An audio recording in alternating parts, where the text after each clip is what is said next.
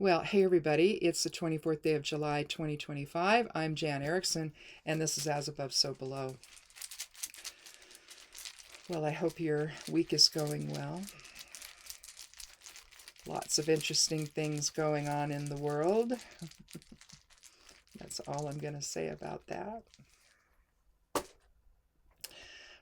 We're going to start out with Hagalaz. Now, Hagalaz is one of the Norn runes. There's three: Hagalaz, Nathis, and Isa. Hagalaz is the ninth rune of the Elder Futhark. It's thought to be the witch rune because of the transformation witchcraft can do to, transform whatever it is you're trying to influence. And Hagalaz is essentially destruction or transformation within a fixed framework. So it's the idea of tweaking things, sending someone's attention in another direction, and without really impacting, the person themselves would be one thing you could do. If someone's attention is just in the wrong place and is starting to be a little harmful, maybe you work a spell where you're influencing that to go in another direction, maybe. Or if you need to just transform something in a way about yourself that it's not taking away your values or your principles or anything like that necessarily, unless they're all messed up.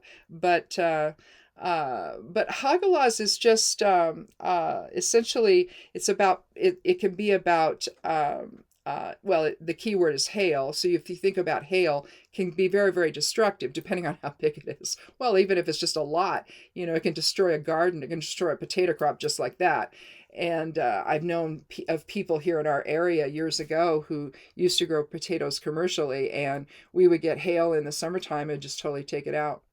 And eventually they just stopped growing. They stopped being farmers because it was just got to be it was just upsetting, to watch all your efforts just go away like that in one fell swoop. And then see when it melts, then it's like, well, what just did that? If you didn't know that it hailed, you might not know. So it's the idea that you have a light touch in a way with when you're starting to readjust things and restructure things in your life. And if this is a work-related thing, it could be that maybe you have a project that you're working on or something that you're doing and it's not working well, and so you don't throw away everything, but maybe you take some of the process of it and look at that and say, well, we need to make some adjustments here. So that could also be something like Hagalaz. It's just the idea of destruction within established boundaries. So or transformation within established boundaries today. Let's see, we've got fire, there's earth, there's, oh, yeah, okay, so that's Karser. Now, Karser is about self-imprisonment. So maybe you're unable to meet the demands of things, maybe because you can't really get out of the bubble that you're in. You can't see things from a better perspective.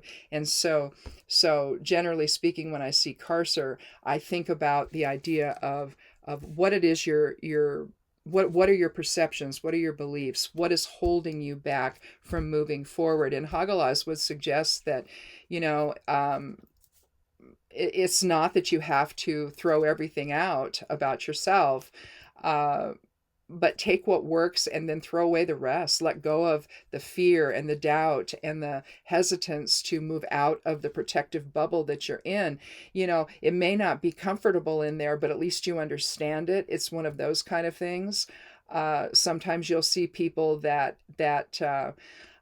they really get in the way of themselves. They're very nice people. You get to know them one-on-one, and they're very nice people. But when it comes time to maybe make a different choice or move in a different direction, they really just aren't going to do that. They're going to stay in the bubble that they've established for themselves because that's their comfort level.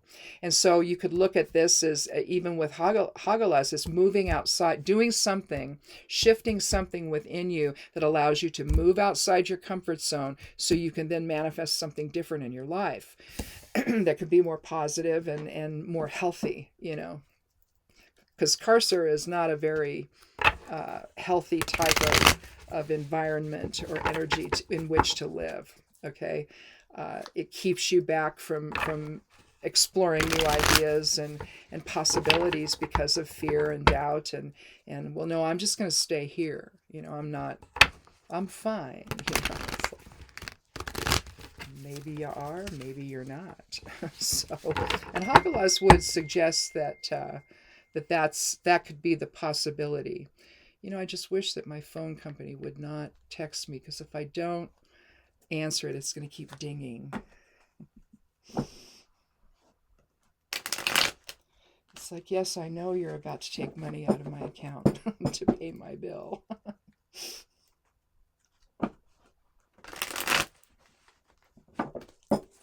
Let's do that one more time.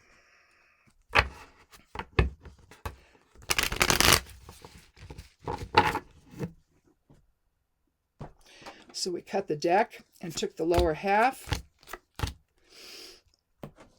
Yeah, we've got 2 cards from the Major Arcana and 1 from the Suit of Pentacles, and the one from the Suit of Pentacles is the 8, and so here you're really working diligently on your craft. You're trying to gain some attention from people who will either buy from you, or if you're working, maybe you're trying to get a job or something, and so you're showing what you can do to your prospective employer.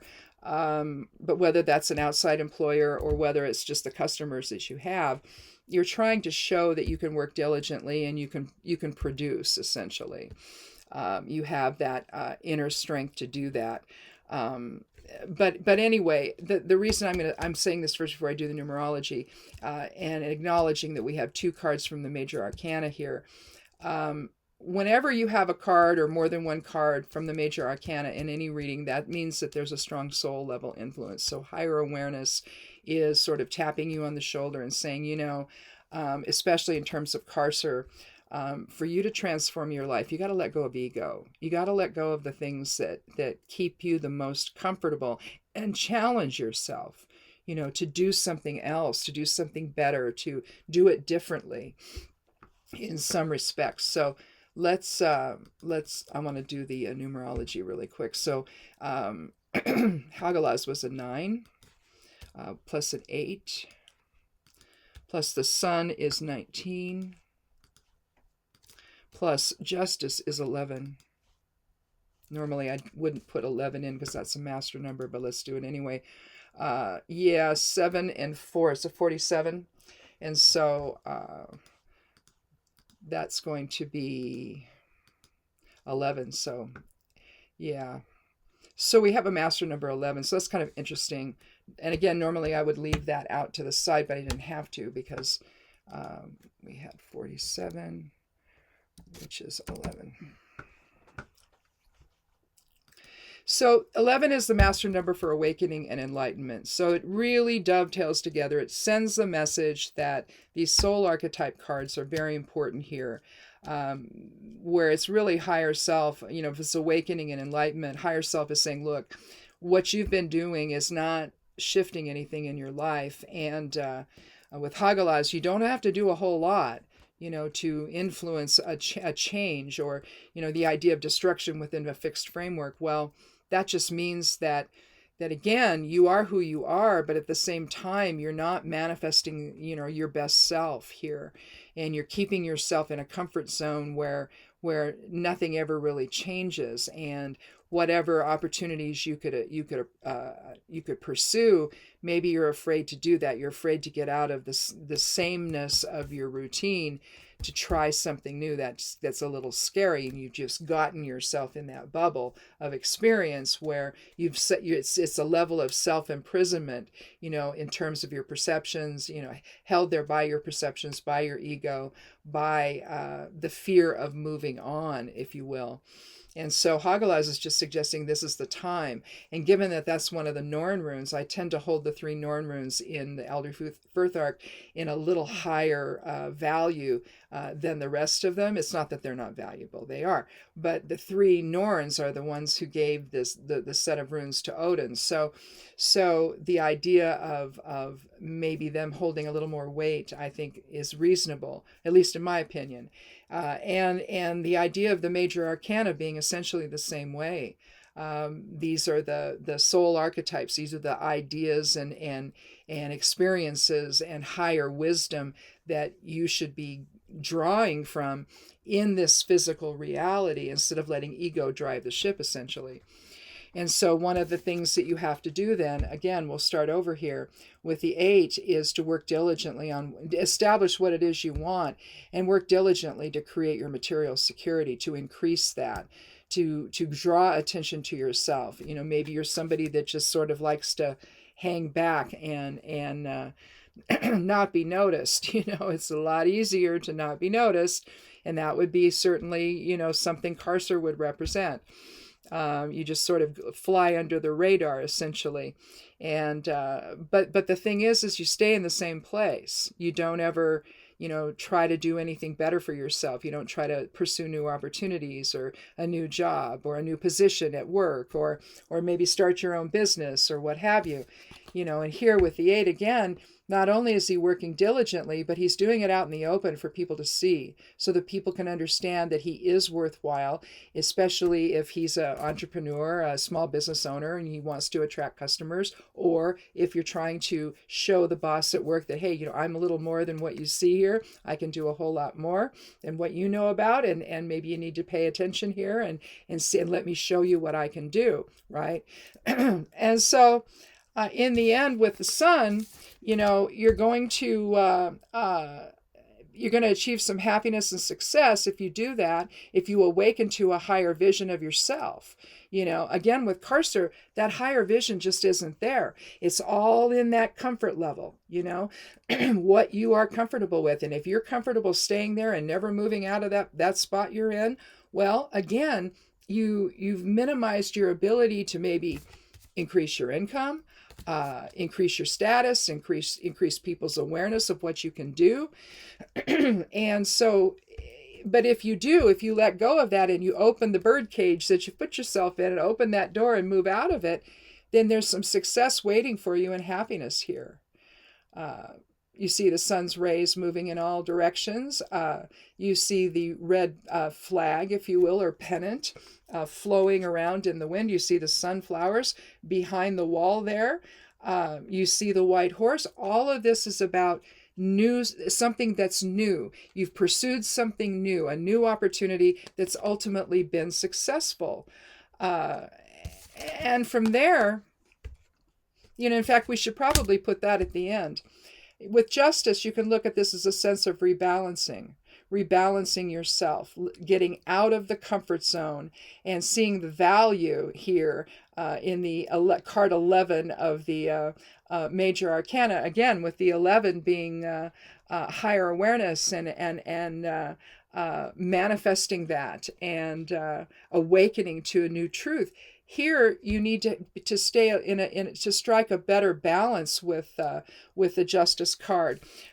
So balanced reason, equilibrium, making a decision that's based on balance instead of, you know, hanging on to that protectiveness that the ego says, oh, no, don't step outside your comfort zone. You're much safer here, you know. But that's a lack of balance, isn't it? And so again, having that higher balance, working diligently, letting people know who you are. And then from there you have the success. And so I think that the order we need to have these cards in is beginning with justice and awakening to the truth that you are kind of experiencing with Carcer, a lack of balance there. And Hagalaz can help you transform that so that you can be who you are and do something more for yourself and show people who you are and what you can do. Again, whether it's starting your own business or trying to move up in the one that you work for, or to go to work for somebody else. That's going to bring more material security in your life and a sense of dignity that sitting there in your bubble just doesn't give you, right? And so you use that Hagalaz energy to transform your awareness, to draw down higher awareness into the whole experience, and find the rebalancing with justice, manifest your dreams, and in the end, you'll be successful. You see? all through awakening to that higher truth that you're more than what your comfort zone just tells you that you are. You know, it's like the Nine of Swords, where you wake up, the guy wakes up from a nightmare, and you see all the swords just sort of stacked on top of each other and woven together essentially in some pattern. You know, and the idea that what that's really saying is that there's a pressure there, that negative self-talk keeps you in the place of the ego's choosing. And Carcer is a very similar type of experience where, you know, again, you're stuck inside a bubble of your own making, because it feels better to be there. The problem though is that it's not a balanced place to be. You're not living life in a more reasonable way, where, you know, you have to work for a living essentially, and you have to work diligently to increase your material security. Instead of being safe, you take that risk, you take that leap of faith that you can do that. And clearly this guy in the Eight of Pentacles is showing that if you do your due diligence, if you show people who you are and what you can do, then you can manifest the success that you're looking for. But again, it takes transforming your perceptions and letting go of the fear of trying something new.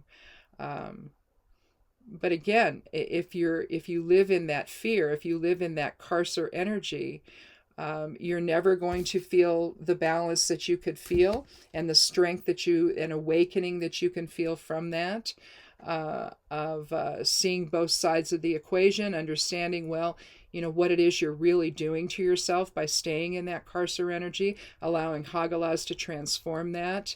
To use the energy of Hagalaz, I should say, really, to transform that and to open the doors to new experiences, and doing your due diligence to make all that happen. And when you do, you'll be surprised at the success that you have, and happy about that. So I think that's it for Thursday.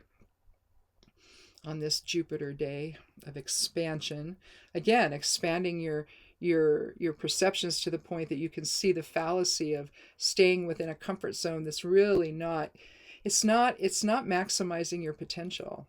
And the Eight of Pentacles shows that when you do maximize your potential, that it can attract the attention of other people that can then help you become more materially secure and satisfied in your life. So I think that's it.